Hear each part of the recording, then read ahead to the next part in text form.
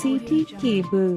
బషీరాబాద్ మండలం రెడ్డిగణపూర్ గ్రామంలో స్వామి వివేకానంద 163వ జయంతి ఉత్సవాలు ఘనంగా జరిగాయి. ఈ సందర్భంగా పలువురు మాట్లాడుతూ వచ్చే సంవత్సరంలోపు స్వామి వివేకానంద విగ్రహాన్ని తమ గ్రామంలో ఏర్పాటు చేసుకునేందుకు ప్రతి ఒక్కరూ సహకరించాలని, తప్పకుండా గ్రామంలో వివేకానందుని విగ్రహాన్ని ఏర్పాటు చేస్తామని గ్రామ పెద్దలు వెంకటరెడ్డి తెలిపారు. ఈ కార్యక్రమంలో సర్పంచ్ తలరి బసంత్, ఉప సర్పంచ్ మాల నరసమ్మ, మాజీ ఉప సర్పంచ్ వెంకటప్ప, నాయకోటి వెంకటయ్య, దండోతి శ్రీనివాస్, అశోక్, తలారి నరేందర్, ఈడిగి శివకుమార్, సుదర్శన్ గౌడ్, ప్రకాష్ తదితరులు పాల్గొన్నారు.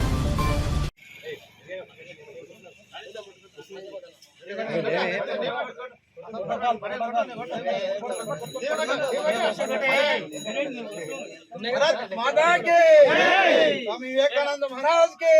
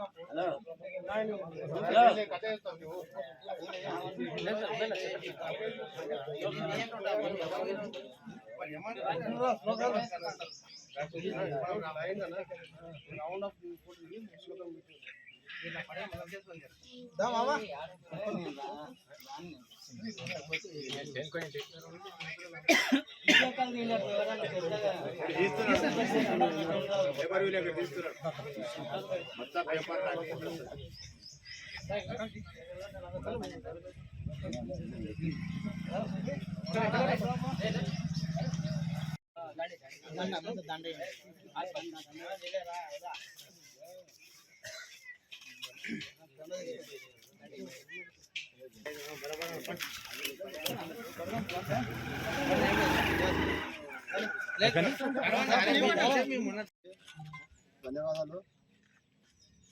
ఈ వివేకానందని ఇప్పుడు శంకుస్థాపనే కాకుండా వచ్చే వరకు విగ్రహాన్ని కూడా ఏమైనా సహకారం ఉంటే నా నుంచి ఎంతో కొంత సహకారం చేస్తానని తెలియజేస్తున్నాను.